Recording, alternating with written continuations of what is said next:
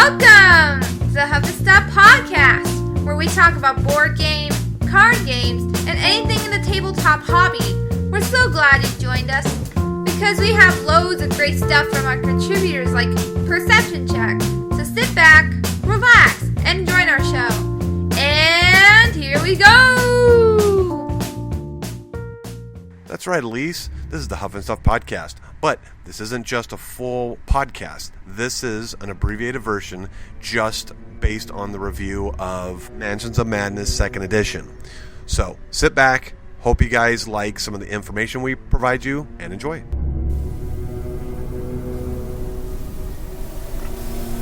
Mansions of Madness 2nd Edition by Fantasy Flight. One of the reasons why I thought we would sort of tackle this is because we oftentimes review older games.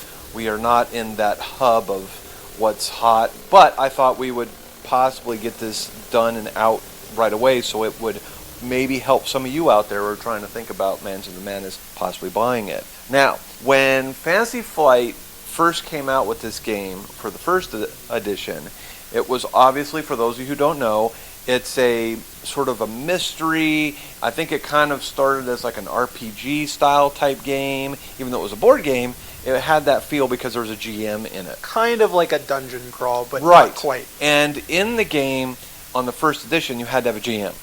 You know, the pieces were beautiful, and when I first got into the hobby, I saw this game, and I was like, well, I'd really love to have it. Because, of course, Fantasy Flight, artwork, pieces, almost everything Fantasy Flight does is really good. The new thing these days for the Fantasy Flight is to have two sets of rules. You have your rule, like almost like a glossary of terminology. Right. And then a rule book that's kind of like for beginners. This is how you play the game. This is how you get into it. And that seems to be a successful way of doing it. I know they have the rule set, though. The one of their games that I do have follows that setup is Imperial Assault. And that's really nice. Also a dungeon crawl. But, right. So that basic rules, it walks you step by step. Here's how everything plays. And then here's the rules reference to actually, remember everything once you've been introduced to all the actual components of the game. In a way, it kind of holds your hand. To be honest with you, a lot of the games that most hobby board game folks like to play are fairly rules heavy. I mean, people that aren't really into this hobby, they're used to Uno and these types of games. Mm-hmm. So if you've got a rule set like that, I would think it is very inviting to those kind of players that aren't very hobby board game-ish folks. Wanted to buy the first edition, so when they came out this year, I was watching the Gen Con releases on YouTube, and I think it was like a week or 4 days before Gen Con came out. They released it right before.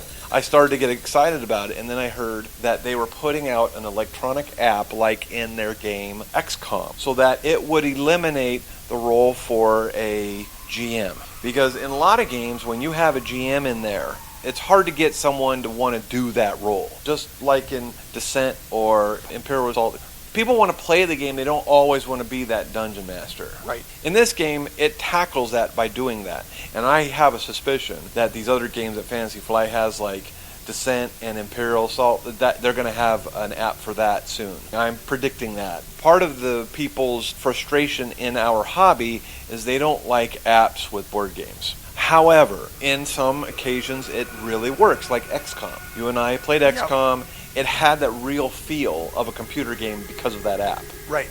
Oh, XCOM handled the app. The whole app interface was fantastic. Yeah. The amount of use of the tablet and such was kind of just right on getting everything taken care of that needed to, but still leaving all the decisions to be made on the board. Right. And I do feel like it works well because it's futuristic, it's got all these sound effects in there, and neat little graphics, and sort of feel like a futuristic thing, and it's a computer game, so it just totally fits. Right. In this game, it's around $100 most places. Yep. So I was very, I want this game because I wanted the first edition, and it's great because you can solo it, potentially. And I love Lovecraft. I'm sure you do too. I'm actually not that big You're not of a big fan. fan. Okay, so you're probably tired of all these games. I think it's kind of pasted on everything these days. Yeah. Kind of like Cthulhu Pandemic now. Yeah. Well, and I do think part of that is because you don't have to go and get the license. I think it's like public domain. That's the word I was looking for. Public domain. And so I played it a couple times at home, before I brought it over to you. Right. Went through the rules, all that. Now, there were a few rules that I wasn't quite down with, but I brought them over. We ironed them out with a few glancing at the rule book. So the rules. I think we looked at it twice, 3 times. Yeah, the whole 2 or 3 game, times. So that's pretty good. It's pretty good. And I was really hoping that the app would have a tutorial in it. I was really hoping. Okay. And they didn't. And I think that was a missed opportunity on Fantasy Flights. Because XCOM has a tutorial in it. Right. And we jumped right into it. It was great. So it helped not slow the game down, in essence. And I was really hoping that this was going to happen with this. Did not. But we played it, and it was a lot of fun. What I did like about it was, of course, the graphics. The artwork was always beautiful. I wish that they would have had more sound effects. Like, there was that one time where, spoiler alert, there was a ghost came out. I guess that's not telling too much. So we heard in the app that there was some, like, moaning and screaming and stuff. Right. Which was great. I think that really adds to it all. What do you think of the other ambient sounds in the game? Oh, the music is eerie. There's kind of like, ambient sounds and a little bit of music and everything that definitely fits that eerie kind of feeling of, working through a mansion. Right. And the art kind of fits all of that. It's like low light, and there's, in certain rooms, there's bright lights on certain things and such. So, it adds that. But yeah, no, I think if it knows that, or if it's going to calculate that something appears and some kind of creature is wailing or, screeching or clawing, maybe they should have had some sound effects. Yeah, my point is that you got me excited over that one sound effect, but you didn't have it on any of the other monsters or whatever, the other creatures, I should say, that are coming out. And that was a little disappointing. Not a huge deal. I'm nitpicking here, but that's what we're doing. We're critiquing the game. I know that whenever I go onto BGG and whenever I've written some reviews, people get all upset. Why are you hating on the game? I'm not hating it. I'm critiquing the games. We both had a very good time. So yeah. We can definitely, we already mentioned that we had fun, but we'll restate that.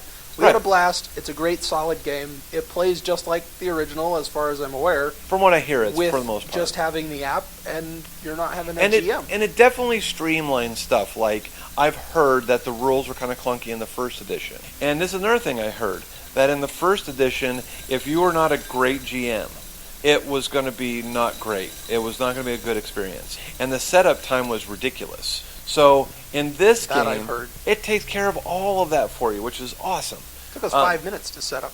Like 5 minutes or so. And plus I played a couple times at home, so I kind of knew what in that regard. In any case, we've already said the good things about, let's sort of delve into some, let's get critical. Okay? So what about this game? I mean, personally, when I was done, and now I've played it now about 3 times, and I'm probably going to, this coming up Friday is my date night with my wife. We usually go out to dinner, and we come home and we play a board game. But I'm probably going to pull this out and play it with her. So this will be my 4th time coming up. But I'm pretty sure it won't change my mind about the game. Overarching themes that are coming to mind. Number 1, I want more. And I know I've watched some reviews online, and some of those guys said they want more. And some of them couldn't even put their finger on it. I'm kind of in that camp. I'm not quite sure what it is I want more of. Maybe I want more of a story. Yeah. What did you think? What's your overall impressions of it? The game's solid. We did have sort of this discussion, and we were talking afterwards, that I tried not to let other people's words influence one way or another. Right. But one of the reviews I had read that stood out to me was someone, and this was just in like the comments on Board Game Geek on their Facebook page, actually. So someone in the comments had said that it almost felt to them like it was a computer game with a board rather than a board game using an app. And I think that's the only complaint, is I can't even say that I would know how to fix it or make it better, but it felt like most of the game was on the app, and then you're just moving things around on the board, more or less. Right, and I can kind of see what you're saying, because my wife, when we were watching a few of these online reviews, she even said something similar to what you said, that the game really does seem like it's a computer game and there's just some pieces on the table. Right. That it's there for the people who like the tactile board game feel of a game like that. And the pieces look great. I mean, it's Fantasy Flight, so yeah. The board is great. The artwork looks like an eerie, effective mansion. All the pieces and tokens are all nice quality. Now, I do have to say a couple other things about the pieces. The moldings, the figures are not up to Fantasy Flight standards. I know that, like when I saw your Star Wars game, Imperial Assault, and like games like that, those figure designs were better in my opinion. Yeah. It's not their normal standards. I agree. The minis here and the stands that they use for them with the way that the information is displayed seems a little counterintuitive. The stands are too big for what the display... why is the card there at all? And some of the bigger bases, goodness, the base took up half the board. I mean, because it's a modular type of a board. Right. Just like in Descent, and I think Imperial Assault's similar, where you've got those little pieces of boards that come out. So it's similar. It almost operates like a Fog of War would on a computer game. So what happens in this case, though, is that the board pieces come out as you explore rather than pre-building the whole board and knowing what's around the corner. That figure base took up like a huge chunk of that one particular board that it was on. Right. So it was kind of like killing... Now, again, I know this sounds really lame and picky. When the app says, such and such monster, you have to make a horror check based on the monster with the highest horror rating. Right. And we hadn't quite gone over which numbers are which on the bases, but it's a whole big black base with like a card underneath it. Yeah, you slip a card in there. That you only see 2 numbers. Yeah. So why is that base got to be so big? Why couldn't the base just have 2 numbers like etched into it or molded into it? Right. When I first played the game, I didn't use any of the monster figures. I just used the little cardboard chits that came with it. Okay. And that worked fine. Now, granted, you're not getting the 3-dimensional feel from it, which is nice. Right. But still, it's kind of like I paid for all those miniatures. That's part of, I think, what the expense was. So I'm like, I'm kind of missing it. But the artwork on those cardboard chits are so nice, too. It's almost like, that's cool, too. I think it's fair to say the minis, for a game that costs $100, it makes me question what exactly is all that value for. Yeah. Like Imperial Assault has tons more minis that are really nice quality, and I don't even think Imperial Assault's list price was $100. I think it's 70 something or 80. Is it 70 or 80? It might have been 80. Okay. But I know you can get it online for around 70 if you really price shop. Right. So it's $30 more. The only thing I can think of is they had to pay the manufacturers of the software to the app. Yeah. That's the only thing I can come up with because it's free if you go online. Right. Which is, I don't know, paid for it separate, I guess. I don't know. I don't know how else you could do it. So that is a complaint of mine. At the end of the game, when we were done, like I said, one of the things that bothered me was it felt a little empty. Now, we didn't win in the game. The game beat us. Yep. And I played this game 3 times now, and I've only won once, which is fine. I have no problem with. Cooperative games are usually tough games. The second time I played, I won by the skin of my teeth. What I did like about it, we didn't talk about this part, but that there were puzzles. I love those puzzles. Puzzles are fun. They're a lot of fun. And you right away saw that one that you had to kind of move around those tiles on the board to make up that symbol or whatever. Yeah. It was like a jumbled of like a jigsaw puzzle almost. Yeah, it was like a jigsaw puzzle. You could only swap places with tiles that were adjacent to them. So you had to see, okay, how many moves can I make? It's kind of like those old little puzzle board things that you used to buy for like $1 or get for 50 cents for little kids. They were the little plastic pieces that slid around. That's totally how it feels. But it didn't have an empty space because of the way the app functioned. But the same kind of principle, the little puzzle pieces you slide around to form the image, and that's what we had to do. And I think that if more games did this sort of thing, and I think in the original Mansions of Madness it had puzzles in it as well, but it's a game within a game, and that's kind of nice. It breaks up feeling like a rinse and repeat on that some of these dungeon crawls have, or whatever. Right. I used to play this computer game called BioShock, and they had something like that, puzzles that you try to open a door or something. So that part was really great, and I really love all the text. The text is beautiful. Like, every time we would go, we never found anything that would really help us in a melee. That's too bad, because I always felt like we were at a bit of a disadvantage, which isn't a big deal, but every time we would go to have a melee, or every time we would go to choose on the app what we were doing, it would give us a little different flavor text, a little bit different. Right.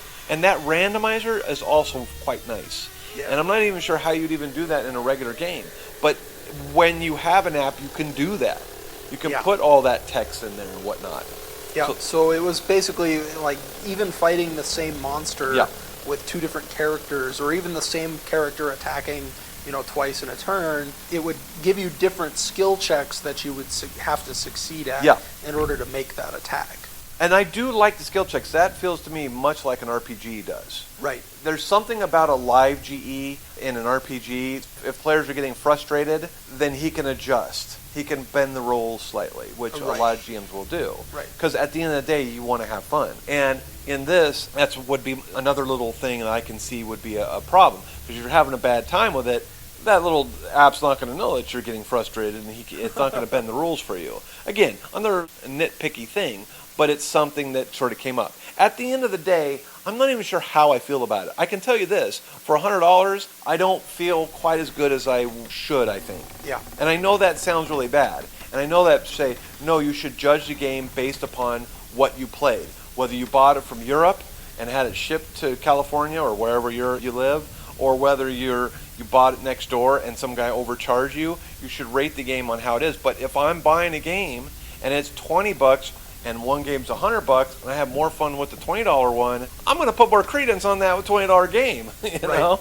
I'm going to feel better about that. No, I think it's a totally justified criticism, is that I also kind of agree that I don't really see the $100 value in the game. And I do understand the app does a lot, and it does do some great things. You can't have an exploration game if the GM has to build it before you know what you're doing. Yes. You've seen everything that you have to explore. Yes. You just have to find out what can I really see in all these locations. Whereas the app has everything hidden. You start in the front of the house, coming in, in our particular scenario at least, you're walking in and it's like, oh, so you can open these doors or you can walk down the hallway and it'll reveal the hallway only once you walk down the hallway and look around the corner. Now, in the future, I guarantee you that Fantasy Flight's going to be putting out expansions for this. Because in the first Mansions of Madness, I think they had 6 or more expansions for this. I'm almost guaranteed there's probably more than 6 that they had for this. And I'm really hoping that they'll do it. Now, when they do the expansion, I'm hoping that they'll give us initial purchasers a little break on this by making them $12-15. I don't think that's going to happen. I think it'll be closer to like $28 or $29, I think. But it would be nice if they were like closer to $15 or $16. And that will be great because now I have the app, or maybe they'll charge me for the next app that comes out to go with the expansion. That would be kind of a bummer. Right. Now, I have heard that the app has some glitches. Like, oh, really? Yeah, like you can't, in the longer scenarios, because there's a scenario in there that takes 6 hours, I think. Maybe more than 6 hours. It's almost like a campaign. Yeah. Where you're going around in the town. And I think it's actually in the town of Ark. Oh, wow. And so you have, and they've not played it yet. I've heard that people are having trouble saving their game. So they can't come back to it. And if it's a longer game, you may not have that 6 hours to sit down. You might want to play a little hour or two at night when you get home from work, and then play another hour after work the next day. You can't do that. So for anyone buying this in the future, you want to do that longer on a weekend when you have the time to really play the whole thing through in one session. Right. Which also goes back to the whole concept about price point. Because if we're paying a lot for that app to be made, maybe they didn't play test that app very much, or as well as it should have been, I guess. Maybe. So I think the final consensus here, number one, it's overpriced. Number two, there's some things that are a problem, like little things. Again, these are little things, like the figures and the bases and I'm just not sure that I made the right decision to buy it. Now, who knows? Maybe in the future, I'll be breaking this out, and there's 4 scenarios that come in the box. Yep. I think there should have been more than 4. If you're going to pay $100, it should be more than 4 scenarios. Now, with the thing about there being only 4 scenarios, every scenario is randomly generated and different every time. Yes, but I knew... Also something that the app can do that, you can't do in a board game. True. Or, having it in the rules, if it was like, set up the map this way, there's only so many pages they could put in. I agree with what you're saying. Although I did play that first scenario we played, that's the 3rd time I had played it. Oh, really? Yes. I haven't played any of the others. The first time I played it, I didn't play it quite right, and I lost the game. The second time I played it, okay, now I kind of know what's going on because I made a lot of mistakes with rules. So the second time I played, I was like, okay, I got a real grasp on the rules, so I'm going to play it through and see how I do. And I won because I really managed my guys properly or whatever. Right. So I won. So then I play with you, and I didn't want to play anything that was either too hard or maybe it's more like for the entry guy. So I played that one, and I'm sure I'll play it with Jenna again for the 4th time. So I haven't played any of the others, but they've been different a little every time, but I knew what was coming. That one room when we entered, you heard the crash. I wasn't sure I wanted in there, but then it kind of backfired on us because there was so much stuff in there. It did randomize the rooms, and when we were going through it, again, the 3rd time I played it, it was really interesting. I saw a lot of new rooms I had not seen the first couple times. So that was cool, and the app manages that great. So I guess what we're trying to say is, I'm hoping that with the expansion, and hopefully they'll do an updated patch for the app, Right. so that it'll change some things. Maybe there's more sound effects, but fix the saving problem. Because, again, you're whetting my appetite with the ghost, but you don't give me any other sound effects. The music seems to be, like on most computer games, when I play a computer game, I'll turn off the music. Because the music gets old after a while. Because there's just this one track of the music, and then it gets old, I turn it off. So that part, I'm not sure how else you could do it, because in all computer games is that way, where you just have the same music, and, Yeah. Now, the one thing we've not talked about with this game is that it comes with a patch, the 1st edition stuff with it. And I think it's only, from what I understand, because I don't have any 1st edition, that it only is able to use the investigators and their figures and some other little things. So what do you think in the long run? Do you think that it would be something you'd buy? I think it's a good game. Yeah. I think it's a lot of fun.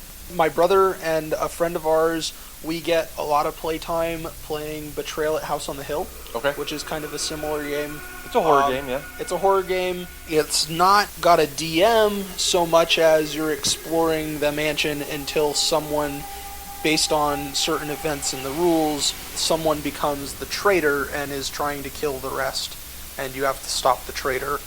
There's like 50 scenarios that you play through, and they're all randomized based on what room you find and when the haunt triggers, which is the event that makes someone a traitor. So we play Betrayal at House on the Hill quite a bit. I think we'd probably play this in quite a bit of enjoyment. Not for $100. I'll wait for like 40% off sale or something like that if I can. As much as I'd love to, support IO and buy it too, it's probably something that I'd have to wait until it's online for a really cheap price. See, and there lies in the problem, because we talked about that earlier at this game. So darn expensive that it's just, you say, gee, I can get a used copy of House on the Hill, or I can get a used copy of Eldritch Horror, another horror game within that genre from Fantasy Flight.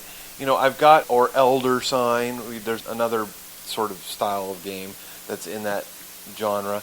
And it's like, I can get these other games for $20 or less. Might go get those instead of this one. I'm not even a huge Elder Sign fan, but I'd probably go out and grab that before I so again, that is the real point here. Yeah. Is that if I have my choice between any of those 3 or 4 games that is in the Cthulhu genre, from even Fantasy Flight, you can have 4 or 5. Hell, you could even go get Arkham Horror, the old copy, the old game of that, and you could probably get all the expansions, all that.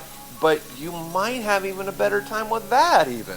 Like you said, it all has to do with price point and I think it's a fair value criticism. And all that. So at that, we're going to end. I know we've been harping on a few things about cost, but you be the judge. I would strongly advise anyone who's thinking about this, don't take our word for it at all. That's just our opinion. Go check out some YouTube videos.